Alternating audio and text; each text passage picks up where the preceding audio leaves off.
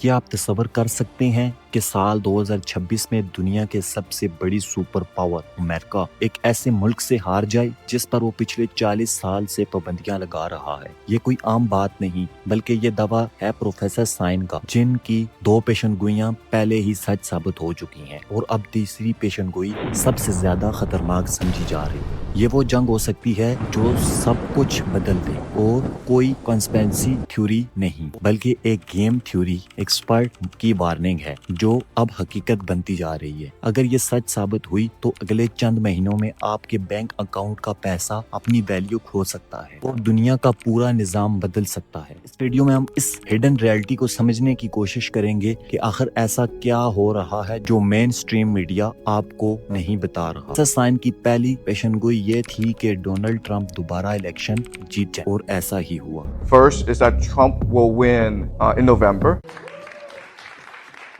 दूसरी पेशनगोई ये थी कि अमेरिका और ईरान के दरमियान जंग शुरू हो जाएगी। Second is that the United States will go to war against Iran. और वो भी हो चुकी।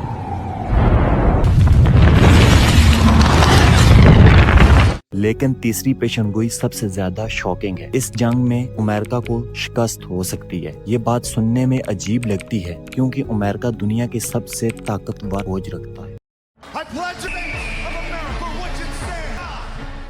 लेकिन अगर हम गहराई में जाएं तो तस्वीर कुछ और ही नजर आती है। ईरान इस जंग की तैयारी पिछले 2 साल से नहीं बल्कि तकरीबन 20 साल से कर रहा है।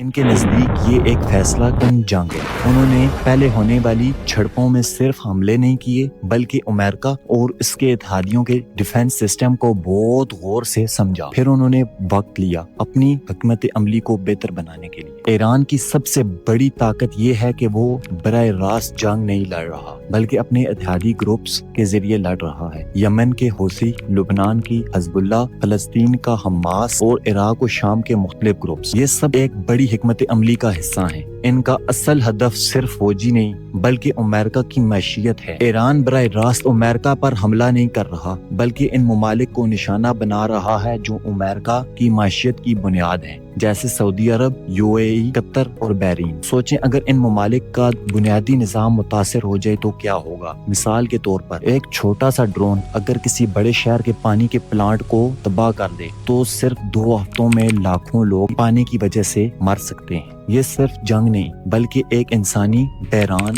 बन सकता है। इसी तरह अहम समुद्री रास्ते भी खतरे में हैं, जहां से दुनिया की बड़ी तिजारत होती है। अगर ये रास्ते बंद हो जाएं तो सिर्फ महंगाई नहीं बढ़ेगी बल्कि सप्लाई चेन भी मुतासिर हो सकती है। यहाँ एक और अहम चीज है पेट्रो डॉलर सिस्टम। गल्फ ममालिक तेल डॉलर में फरोख्त करते हैं और फिर वही पैसा अमेरिका में वापस सरमायाकारी की सूरत में जाता है। अगर ये सिलसिला रुक जाए तो अमेरिका की मैशियत को बड़ा धचका लग सकता है, खास तौर पर इस वक्त जब अमेरिका की मैशियत का बड़ा हिस्सा टेक्नोलॉजी और एआई पर खड़ा है और इसमें गल्फ मुबारक की सरमायाकारी शामिल है। अगर ये सरमायाकारी रुक गई तो एक बड़ा माशी बहरान पैदा हो सकता है। अब सवाल ये है कि अमेरिका जैसे ताकतवर मुल्क को मसला कहाँ से पेश आ रहा है। असल मसला है कि जंग का बदलता हुआ अंदाज। आज की जंग में सस्ते हथियार महंगे सिस्टम्स को चैलेंज कर रहे हैं। एक सस्ता ड्रोन जिसकी कीमत चंद $1000 हो, उसे रोकने के लिए लाखों डॉलर्स का मिसाइल इस्तेमाल करना पड़ता है। ये फर्क लंबे अरसे तक बर्दाश्त करना मुश्किल हो जाता है। इसी वजह से ये जंग सिर्फ मैदान में नहीं बल्कि माशियत में भी लड़ी जा रही है। तारीख हमें ये भी बताती है कि सिर्फ फजाई हमलों से किसी मुल्क को कंट्रोल नहीं किया जा सकता, जमीनी कार्रवाई जरूरी होती है। लेकिन अमेरिका फिलहाल जमीनी जंग से बच रहा है जो खुद एक बड़ी हिकमत अमली का